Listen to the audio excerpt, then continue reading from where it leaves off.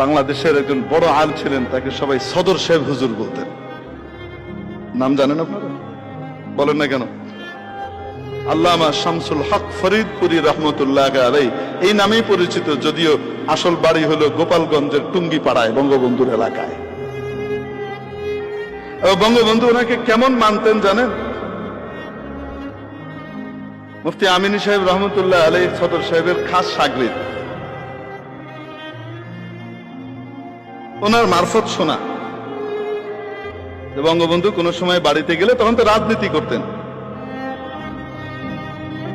ছাত্রকাল থেকে রাজনীতি করেন। হুজুরের কাছে কখন গেলে হুজুরকে নিরিবিলি পাওয়া যাবে, এই জিনিস ওনার মাথায় খুব ভালো ছিল, যে কোন সময় গেলে হুজুরকে একান্তে পাওয়া যাবে এবং হুজুর আমার দিকে মন ভরে দৃষ্টি দিতে পারবেন। কখন গেছেন জানেন? তাহাজ্জুদের সময়। তাহাজ্জুদ পড়ি শুধু দাবি করলে তো হবে না, আমরা যে তাহাজ্জুদ পড়ি বলে দাবি করি না, তাহাজ্জুদ ওর সময় উঠতেই পারি না, তো পড়লামটা কখন?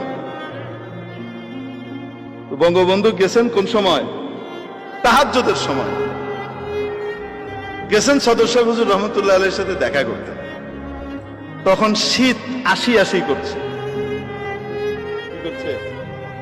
শীত মাত্র আশি আশি করছে। সকালবেলায় ঠান্ডা, ওনার যে ড্রেস ছিল সেই স্বাভাবিক ড্রেস, এই পায়জামা পাঞ্জাবি পরে মাথায় টুপি দিয়ে গেছেন হুজুরের সাথে দেখা করতে। হুজুর নামাজ পড়ে শেষ করেছেন, ঘুরেছেন, ঘুরে তাকিয়ে দেখেন বঙ্গবন্ধু মরহুম শেখ মুজিবুর রহমান সাহেব বসা। হুজুর হুজুরের ভাষায় বলেছেন, যেভাবে বলেছেন আমি ঠিক সেই শব্দটাই বলছি, রেবায়াত বিল মানা না, লফজ করতেছি। ও মুজিবর আয়েছো, কি বলেছেন? মুজিবর। ওনাকে ওনার এলাকার লোকজন, বড়রা, মুরব্বীরা কি বলতো? আরে কয় না কেন, আমরা বঙ্গবন্ধু বলি, আমরা মরহুম শেখ এই সেই অনেক কিছু বলি, কিন্তু তারা ওই সময় কি বলতেন? মুজিবর। ও মুজিবর আয়েছো, তা কাঁপতিস কা?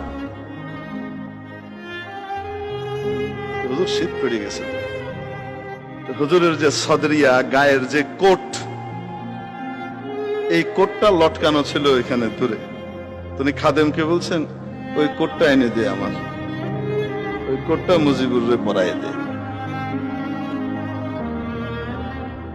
এই যে পরায় দে বলছে, আর উনি এটাকে পড়ছেন। এই পড়া আইজও পড়া, শেষও পড়া, এই পড়া আর কখনো উনি কি করেন নাই, বন্ধ করেন নাই। আমরা যেই কোটটাকে এখন মুজিব কোট বলি, আসলে এটা হলো ওলামা কোট। বুঝাইতে পারেন? এটা আসলে কোন কোট? তারও শত শত বছর আগ থেকে আলেম ওলামারা এই সদরিয়া, এটার নাম ছিল সদরিয়া, এই আজকান করতেন। ঠিক কি ঠিক না?